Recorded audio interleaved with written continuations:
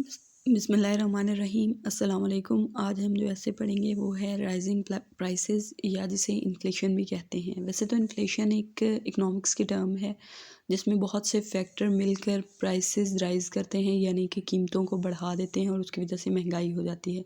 लेकिन आम उर्दू में हम इसे महंगाई ही कहते हैं। तो आउटलाइंस देख लें। व्हाट इज़ इन्फ्लेशन, क्या होती है इन्फ्लेशन, थोड़ा सा इंट्रोडक्शन देंगे। Why do prices rise and why is there inflation, वजूहात क्या हैं, पहली वजह है। उसके बाद जनरल वजूहात जो डिस्कस हो रही हैं, the general rise in the standard of living of the people, लोगों का मेयार ज़िंदगी बढ़ जाना। Decrease in exports and increase in imports of the country, जब बरामदात जो हैं वो कम हो जाती हैं और दरामदात ज़्यादा हो जाती हैं तब प्राइसेस राइज़ करती हैं। टैक्स जो गवर्नमेंट लगाती है उनकी वजह से। और द ओनली सोल्यूशन क्या है कि पूरी जो वर्ल्ड ऑर्गेनाइजेशन हैं वो मिलकर करें, क्योंकि कुछ जगहों पर प्राइसेस ज़्यादा होती हैं, कुछ पर कम होती हैं और उसकी वजह से पूरी दुनिया में पॉवर्टी बढ़ रही है। तो सबसे पहले आपने कोटेशन लिखनी है कि the rising of price is the setting of the son of life for the poor man. यूं यूं कीमतें ऊपर चढ़ती हैं, गरीब आदमी की ज़िंदगी का सूरज डूबता जाता है। तो सबसे पहले देख लेते हैं कि इन्फ्लेशन है क्या। इन इकोनॉमिक्स इन्फ्लेशन, या जिसे हम आमतौर पर प्राइस इन्फ्लेशन यानी महंगाई, कीमतों का बढ़ना भी कहते हैं, is a general rise in the price level in any economy over a period of time. इसका ये मतलब नहीं है कि आलू महंगे हो गए हैं तो इन्फ्लेशन हो गई है, या टमाटर महंगे हो गए हैं तो इन्फ्लेशन हो गई है, बल्कि ओवरऑल जो है पूरे एक टाइम पीरियड है, मसलन एक साल है, तो उसमें जो पूरी इकोनॉमी है उसमें जब प्राइसेस अप हो जाती हैं तो उसे हम इन्फ्लेशन कहते हैं।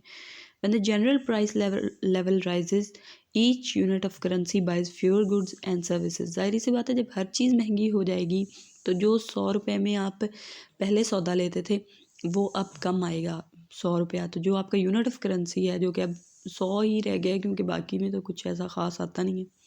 तो आपका जो यूनिट ऑफ करेंसी है, जो करेंसी की इकाई है, उसमें मज़ीद कम चीज़ें ख़रीदी जाएंगी, पहले ज़्यादा ख़रीदी जाती थी। Consequently inflation reflects a reduction in the purchasing power per unit of money. और उससे आपकी ताकत ख़रीद, जो क़ुव्वत ख़रीद है, वो कम हो जाती है। उन्हीं पैसों में जिसमें आप घर चलाते थे, उन्हीं पैसों में आपका जो है वो घर चलाना मुश्किल हो जाता है, क्योंकि आपकी ख़रीद कम हो जाती है। चीज़ें महंगी हो जाने की वजह से आपके पैसे जो घर पड़े पड़े हैं वो कम हो जाते हैं। वही हाईलाइटेड एरिया है। अच्छा, ये याद रख लें कि ये हाईलाइटेड जो मैं टेक्स्ट हाईलाइट करती हूँ उन बच्चों के लिए जिन्होंने कम वर्ड्स कैसे याद करना है निकालने के लिए। इसका ये मतलब नहीं है कि ये जो टेक्स्ट है ये अनइम्पॉर्टेंट है। ये बहुत इंपॉर्टेंट लाइंस होती हैं सिर्फ उन स्टूडेंट्स के लिए जिनका, जो कि जैसे सेकेंड ईयर के हैं, जिनका कम वर्ड्स कैसे है, उनके लिए ये एक्सक्लूड करते हैं ताकि उनका ओवरऑल जो वर्ड काउंट है वो पूरा हो जाए।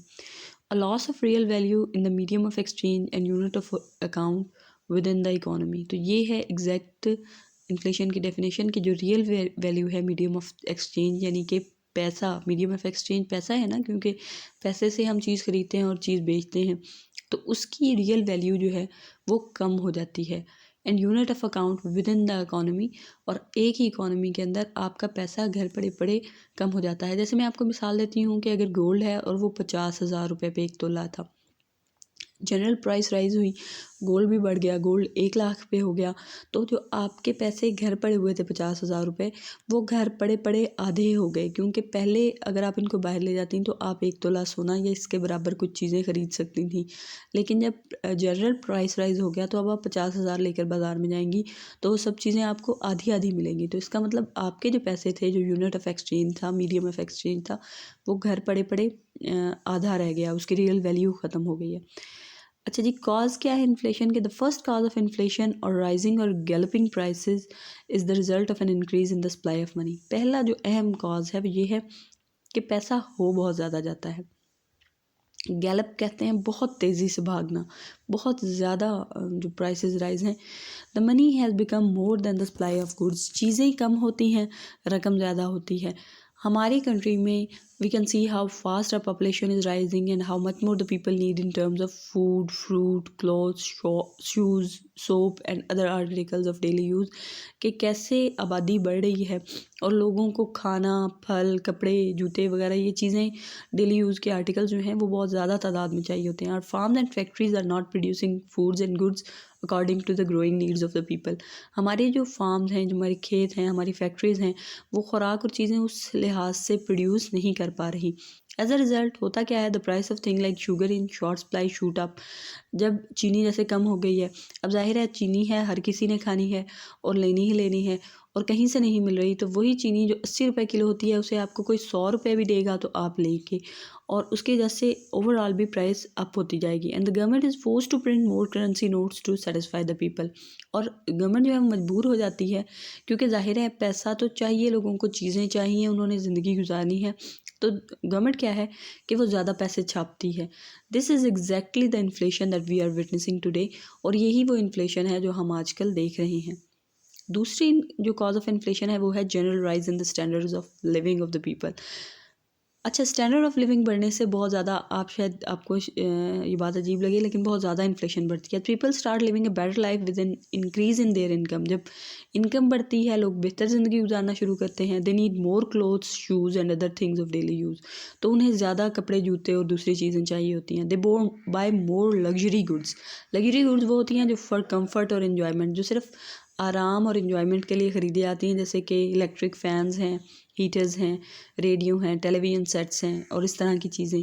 अब आप देखेंगे कि मोबाइल फ़ोन है, टेलीविज़न है, ये एक लग्जरी की आइटम था, लेकिन अब ये हर घर में है। ऐसा महसूस होता है कि जिस घर में ये नहीं है वो, मतलब मैं अपने स्टूडेंट से बात करती हूँ, तो जिस स्टूडेंट के घर में, अगर बाई चांस ऐसा कोई स्टूडेंट है जिसके घर में टीवी नहीं है, तो वो इतने दुख से ख़बर देता है कि गोया मतलब रूए ज़मीन में उससे गरीब बंदा भी कोई नहीं। हालांकि अगर आप देखेंगे तो मोबाइल फ़ोन के आने से जिन लोगों के घर में टीवी है वो भी कम ही यूज़ करते हैं, लेकिन चूंकि ये एक लग्जरी आइटम है और लोगों ने इसे नेसेसिटी बना लिया है, स्टैंडर्ड ऑफ लिविंग अप हो गया है। फ्रिज, पहले मोहल्ले में एक फ्रिज होता था, या बर्फ़ वाले की दुकान से बर्फ़ ले लेते थे, या नहीं भी बर्फ़ वाला पानी पीते थे तो लोग गुजारा करते थे, लेकिन अब हर घर में फ्रिज होना ज़रूरी है। Education becomes more common and people begin reading more newspapers, magazine and books. ये सारी चीज़ें भी ज़ाहिर सी बात है ज़्यादा पढ़ती जा रही। If production increases, the cost of production also rises because of the higher wages of labourers and workers. अब ज़ाहिर है जब चीज़ें ज़्यादा प्रोड्यूस की जाएंगी तो जो उनको बनाने वाले हैं वो ज़्यादा चाहिए होंगे, लेबरर्स ज़्यादा चाहिए होंगे, वर्कर्स ज़्यादा चाहिए होंगे, और चूँकि मज़दूरों का भी स्टैंडर्ड ऑफ लिविंग बढ़ गया है तो वो ज़्यादा डिमांड करते हैं वेजेस की। और रॉ मटेरियल जो है वो भी हाई प्राइस पे आएगा। रॉ मटेरियल वो मटेरियल होता है जिससे कोई चीज़, खाम माल, जिससे कोई चीज़ आगे बनती है, तो हर चीज़ की प्राइस हाई होगी तो ज़ाहिर सी बात है एंड प्रोडक्ट की प्राइस भी हाई होगी। तो इस तरह स्टैंडर्ड ऑफ लिविंग अप होने से भी इन्फ्लेशन बढ़ती है। Third cause of inflation is the decrease in exports and increase in imports as it is happening in our country. ये हमारे मुल्क का सबसे बड़ा मसला है। मतलब हम मोबाइल फ़ोन नहीं बनाते, हमारे मुल्क में बहुत कम चीज़ें बनती हैं। हम मोबाइल फ़ोन नहीं बनाते, हम सुई नहीं बनाते, हम इलेक्ट्रॉनिक्स नहीं बनाते। मतलब ये एक ऐसी चीज़ें हैं जो हर घर में हैं। सुई एक मतलब एग्ज़ाम्पल के तौर पर इस्तेमाल किया जाता है कि कितनी छोटी सी चीज़ है, ये भी हम इम्पोर्ट करते हैं। ज़ाहिर सी बात है जब हम इम्पोर्ट करेंगे तो हमें उन्हें ज़्यादा पैसे दें। हमारा जो मुल्क है ये एग्रेरियन है, यानी कि हम इसका जो दारोमदार है वो सारा का सारा ज़राअत पर है। तो हम क्या करते हैं कि हम अपना ख़ाम माल एक्सपोर्ट कर देते हैं और उनसे प्रोसेस्ड फूड लेते हैं, जो प्रोसेस्ड चीज़ें लेते हैं जो बहुत महंगी आती हैं इंडस्ट्रीज़ ना होने की वजह से। वही चीज़ हम अपना माल्टा बाहर भेजते हैं और ऑरेंज जूस इम्पोर्ट कर लेते हैं। मैं आपको मिसाल दे रही हूँ। तो when we buy more and more things, commodities from other countries and sell less, imports become more expensive। ज़ाहिरी सी बात है जब हम बिलफर्ज आप एक चीज़ बदले में दे रहे हैं, यानी आप उनको एक चीज़ देते हैं, आप उनको चावल देते हैं और वो बदले में उनसे जो है वो क्लोथिंग आइटम्स वो इंपोर्ट करवाते हैं, तो आप अंदाज़ा लगाएं कि आपके चावल कम होंगे और आप उनसे चीज़ें ज़्यादा मंगवा रहे हैं, तो ज़ाहिर है वो अपनी प्राइस पे देंगे, क्योंकि उनकी मजबूरी तो नहीं है आपको देना, आपकी मजबूरी है उनसे लेना। तो ज़ाहिरी सी बात है आपकी डिमांड बढ़ेगी तो उनकी प्राइस भी बढ़ जाएगी। और दूसरा, अभी मैं पिछले कुछ दिनों ट्रेंड देख रही थी कि हम पाकिस्तान जो है वो कपड़ा एक्सपोर्ट करता है, लेकिन पिछले कुछ दिनों से अगर आप मार्केट्स में जाएँ या कहीं देखें तो इम्पोर्टेड कपड़े की इतनी वैरायटी है। हालांकि वो चीज़ें जो हम खुद बनाते हैं, लेकिन हमारा वही बात है कि चूँकि स्टैंडर्ड ऑफ लिविंग अप हो गया है, हमारा लोकल चीज़ों पर वो हमारा स्टैंडर्ड ही नहीं रहा है, तो हम इम्पोर्ट करवाते हैं। एक ऐसी चीज़ जो ऑलरेडी हमारे पास है उसको कम पैसों में बाहर भेजते हैं और वही उन्हीं चीज़ों को फिनिश प्रोडक्ट बना कर वापस हमें को दुगना महंगा बेच देते हैं। All that we produce with imported materials like electric bulbs and fans and medicine become highly expensive. ज़ाहिर सी बात है, जब आप किसी से चीज़ लेंगे और उसे पता है कि आपको चीज़ की ज़रूरत है, तो उसका जितना दिल आएगा वो उसकी प्राइस राइज करेगा. The government is often forced to print more currency notes and increase the supply and circulation of money in the society. अब गवर्नमेंट की मजबूरी है कि वो ज़्यादा करेंसी नोट छापे और सर्कुलेशन ऑफ मनी बढ़ाए. Then it can pay higher salaries and wages to its workers, क्योंकि गवर्नमेंट के हाथ में मशीन आ गई है और वो छापे जा रही है नोट और तनख्वाहें दिए जा रही है. But if it can not increase the production of different goods. पैसे तो छाप लेते हैं हम क्योंकि वो मशीनें गवर्नमेंट के पास हैं, लेकिन असल जो आपकी इंटरनेशनल लेवल पे वैल्यू है वो तो आपकी चीज़ों से है. अगर आप प्रोडक्शन ही चीज़ों की नहीं बढ़ा रहे, as much as it increases the supply of money, money की सप्लाई के साथ साथ प्राइसेस सडनली जंप, तो ज़ाहिर है प्राइसेस अप हो जाएंगी. क्योंकि इंटरनेशनल लेवल पर तो आपको अपनी करेंसी से डील नहीं करना, उस पर तो आपको एक स्टैंडर्ड करेंसी डॉलर्स वगैरह से डील करना है. तो ज़ाहिर सी बात है, या फिर आप ये कर सकते हैं. और डॉलर्स कैसे आ सकते हैं? डॉलर्स ऐसे आते हैं कि आप चीज़ें एक्सपोर्ट करते हैं, उसके बदले में जो आपको डॉलर्स मिलते हैं उससे आप चीज़ें इंपोर्ट करते हैं. तो जब आप चीज़ें नहीं बढ़ाएंगे तो आपके पास डॉलर्स कम होंगे या एक्सचेंज मनी कम होगी, तो आप कैसे इंपोर्ट करेंगे? तो उसकी वजह से जो है वो प्राइसेस अप होती जाएंगी, आपको महंगी से महंगी चीज़ें मिलती जाएंगी. ज़ाहिर सी बात है, कम डॉलर्स हैं तो कम चीज़ें आएंगी और उनकी प्राइसेस, मुँह मांगी प्राइसेस जो है वो लोग देने को तैयार होंगे. अ कंट्री में import raw material for its factory. It may import machines and tools and food items. The prices of all these may be high on world markets. They will then also be high in the country importing them. ज़ाहिर सी बात है, country जब जो कोई चीज़ import करेगा उसकी international level में फिर आप डॉलर का प्राइस आप देख रहे हैं कैसे जाता है ऊपर. अगर आप इवन इन एक्सचेंज भी अपने पैसों के बदले में एक्सचेंज भी करते हैं डॉलर, तो आपको पता है, और किसी ने हमारी करेंसी क्या करनी है जब हमारे पास चीज़ ही कुछ नहीं है बेचने को, तो कोई हमारी करेंसी लेकर क्या करेगा? हमारी करेंसी तो इसलिए चाहिए ना कि हमारे पास कोई चीज़ हो और वो हमारे पैसे दे के हमसे ख़रीद लें. जब हमारे पास बेचने को ही कोई चीज़ नहीं है, तो इंटरनेशनल वर्ल्ड में हमारी क्या हैसियत है? In fact all countries should take joint steps to check inflation. होना ये चाहिए कि सब कंट्रीज जो हैं वो जॉइंट स्टेप लें. UN and other world agencies should try to settle disputes between countries. हमारे जो ज़्यादातर अखराजात हैं वो हम क्यों गरीब होते जा रहे हैं कि हमारे जो ये जो तनाज़े चल रहे हैं उनकी वजह से हैं.